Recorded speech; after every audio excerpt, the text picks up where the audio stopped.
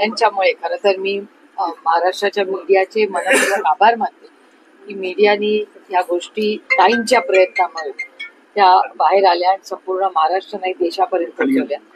खूप दुर्दैवी आहे ज्या पद्धतीने हा बीड जिल्हा जो अतिशय सुसंस्कृत जिल्हा आहे आणि ह्या सुसंस्कृत जिल्ह्यामध्ये काही एक 4-5 लोकांमुळे आणि त्यांच्या गलिच्छ वागण्यामुळे एवढ्या सुंदर सुसंस्कृत बीड जिल्ह्याची बदनामी ही होते. खूप वेदना देणार आहे कारण हा जिल्हा आम्हाला सगळ्यांना खूप प्रिय आहे.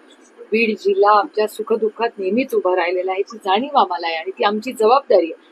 म्हणून आपल्याला बीडची आन बान आणि शान ही ज्या या 4-5 लोकांमुळे जी खराब होते ते आपल्याला ठीक करायचंय आणि ह्या कुटुंबाला ज्याच्यावर अन्याय झाला मी ताईंची खरंच मी त्यांच्या शौर्याचं धैर्याचं कौतुक करते की ज्या पद्धतीने त्या उभ्या राहिल्या आहेत. त्यांच्या 3 मुलं सासू सासरे सगळ्यांची जबाबदारी घेत आहेत आणि स्वतःच्या नवऱ्याच्या गुन्ह्यासाठी न्यायासाठी त्या स्वतः लढतायत.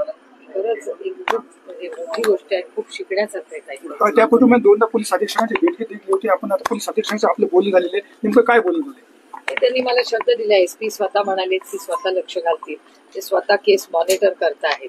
त्यामुळे मी त्यांना म्हणलं की आम्हालाही सगळ्यांना रेग्युलर अपडेट्स देत जा कारण काही मदत किंवा यांना काही संशय वाटत असेल तर त्यांनी मन मोकळेपणे मला काळजी एकाची वाटते की ह्या भागात लोकांना बोलायला का भीती वाटते म्हणजे यांच्या मनात भीती वाटते. म्हणून मी या पुरुषांना विनंती केली आणि मीडियाला विनंती केली की तुम्ही सगळे थोडंसं मला 2 मिनिटं त्यांच्याशी एकटीशी बोलू दे. म्हणून मी 5-10 मिनिटं त्यांच्याशी एकटीशी बोललेले आणि बऱ्याच गोष्टी मला सांगितलेल्या आहेत. दुर्दैव आहे की छत्रपतींच्या महाराष्ट्रात शाहू फुले आंबेडकरांच्या महाराष्ट्रात एका महिलेला भीती वाटते मन मोकळेपणे बोलण्यासाठी. खरंच आपल्या सगळ्यांचंच अपयश आणि खूप दुर्दैवी आणि अस्वस्थ करणारी.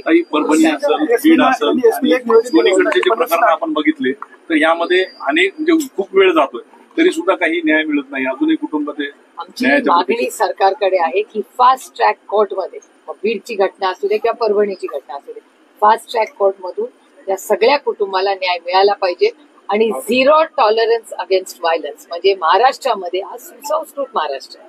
महाराष्ट्रात अशा घटना कधी झाल्या नाही. 1-2 लोकांमुळे राज्याचं नाव देशात खराब होते. देशामध्ये हेडलाईन्स येतात. त्यामुळे या 1-2 लोकांच्या चुकीच्या वागण्यामुळे आपल्या सुसंस्कृत राज्याचं नाव देश पातळीवर खराब होतं. त्यांनी पोलीस अधीक्षकांना एक आर्ग्युमेंट दिलेला आहे 15 दिवसात नाही न्याय लागला तर तो पोलीस अधीक्षकाच्या कार्याचं उपोषण बसणार आहे. एखाद्या महिलेला आपल्या नवऱ्याच्या न्यायासाठी उपोषण करावं लागत आहे. हे खूप खूप वेदना देणार आहे अस्वस्थ करणार आहे.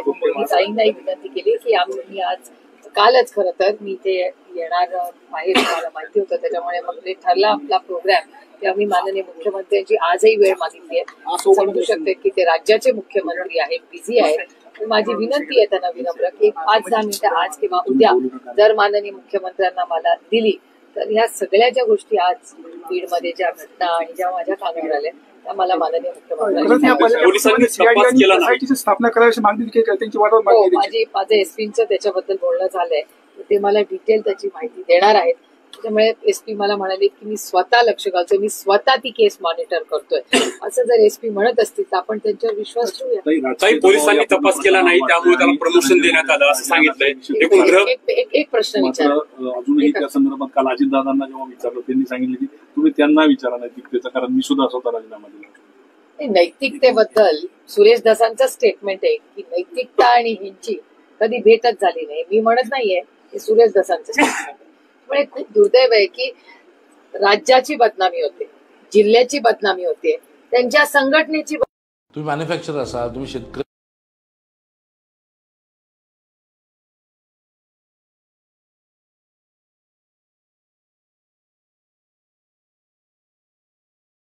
वाटतंय की नैतिकतेने एखादा असता तो म्हणला राज्याची सगळ्यांची बदनामी होत असेल तर मी थोडा वेळ नैतिकतेमुळे बाजूला होतो.